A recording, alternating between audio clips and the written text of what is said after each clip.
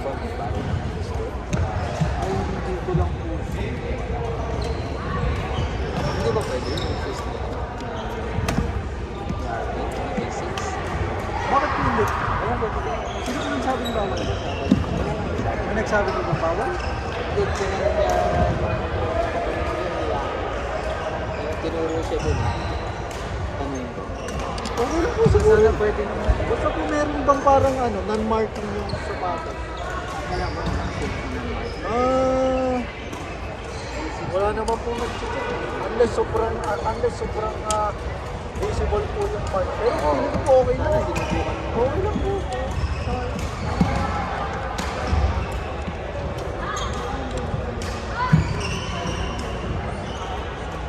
First time yung kasi sabi ko, tignan na lang. Dati kasi yan lang naman ginagamit niya kung nagpapali ng computer. Anong pangalan mo? Orben po. Orvin. Orben. Orven. Nagtanong kasi ako sa Filipino group sa Facebook. Kasi naghahanap nga yun ako. Buti sumagot si Mark. Ang maganda, nakilala ko pala yung asawa niya. Si Ate Christine. Oo, kasama ko sa WSB. Kasi WSB na rin po. Oo. Ayun, sabi ko, makakuha naman, at least muna yung makalaro yan ako. Kasi bago rin lang. Kailan po kayo dumating? Although meron na kami, actually, 9 months na. Pero, hindi kami ako makapagtrabaho dahil nag-invite ako ng PR. Lumabas PR namin next month. So, ayun. So, ngayon pa lang kami talaga magkakaroon ng Medyo busy pa dati po. Oo. 3 to 5. Kaya yun din ako 17 lang din yan. Siyempre, nag-aaral din ng mga kaibigan talaga. This is another way na reach out ng friendship. Yung anak niyo po ba is competitive player? Hindi naman. Kasi may isa, hindi naman po. Ito nga po ang magandang group pag hindi naman competitive. Kasi meron po ako dating nilalaroan na group tuwing sa Si Pansin. Mark daw, may nilalaroan na pang sabi niya, pag ang anak ko competitive na, may iba pang grupo, Opo. sabi niya. Sabi ko, hindi naman. So actually, this is the first time na maglalaro ulit siya ng badminton dito. Sa Canada. Oo. After 9 months na nandito kami. So, pero ano lang siya, larong kaibigan lang talaga. Kaya nalibig pa. Kasi may isa naman pong group na tuwing Sabado na medyo beginner pa. May parang kung siya naman po is equip na ng basic skills. Ito na yung best para sa Oo, okay na. pero hindi sobrang competitive. Tamang pampamawis lang. Naka-exercise lang ako. Okay. Tama. Magkano bang manibig per oras? Depende po sa sa dami, sa court. Kumbaga, siguro ang maximum na nabayaran po namin siguro per game is 11 to 12 dollars per Hindi, kung i-range ng isang Friday ito, magkano ba yan? ang isang court po yata per oras is 45 to pero sa normally po, pag gaganto kami, lalo na ngayon, pag 3 courts, mga parang $8 na po yata per person. So, sabi niya.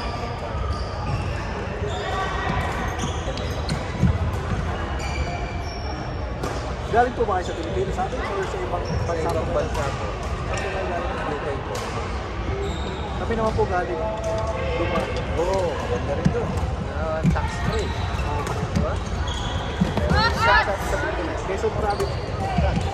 Kaya ba? Kailangan ako. Kayo po ng asawa ko, kapilang yan. Hindi. Ano ba siya? Hindi ko alam matanda ng ano niya. Quezon din po. Pero Manila. Hindi, Manila siya. Antipolo Rizal nga pala yun. Pero ako, Manila na rin ako lumaki. Pero bakasyon ako ng summer sa Candelaria, Quezon. So, yun. Yes, ganun tayo. In Arvin kami. Orben. Orvin. This is Ano po Orvin. name mo? Albert. Albert. Arvin. Orven. Arvin? Arvin. Orven. Orvin. Okay. Nice to meet you. Okay. Yeah. They came from Dubai. And then, how many years na kayo dito? Ano lang po, December 28 lang. 6 months. Oh, Past kami 6 months. July last year. Bago lang po ako. Oh, saan ka nag-work? Sa Southeast po, sa HVAC company. Genesis? Di po, ano na? James Electric. Okay. Nakakawal. Kalaban ng HVAC ka ba? Ako po. HVAC din ako. Sa engineer dito po. Hindi. Scott Service. Napaka-customer namin. Sabi na mga customer po namin, mga LD Brown, Kingswood, Oh, okay. mga dito ng gamit na Ako yun lang din. Yung first, nung lumabas yung PR ko, yun na yung una ko napasukan. Pero ano po mga ano nyo din, turong dumating? Student, gano'n? Who is? Si Mrs. is Canadian citizen. Ako, kami, yung anak ko, British citizen. Ako. Eh kaso, rather than siya magpunta sa amin dahil nga nagkaroon ng pandemic tapos yung framework, nagulo yung application niya. So kami na lang lumipat dito. So stay lang dito, wala namang visa. Tapos yun, in-apply na yung PR lang namin dito. Yun. Nanonood na ako. Kanina. Ay sorry pare, na-scroll ko. Yes, Maya. Pagka dumating si Mark, sabihin mo ako kasi sa Facebook ko lang ito na Medyo nito tumating sila doon. usually na. Yun na lang, maghintay na lang kami doon pare ko. Salamat ng Sige po, marami. sige po, gusto nito kaya. Hi po. Ay, Albert po ako. Andre po. Andre, nice meeting you po. Hindi ba 3-0? 3-1? Hindi, magti-3-0 na yung series. Ah! Ay, wait, makalapit.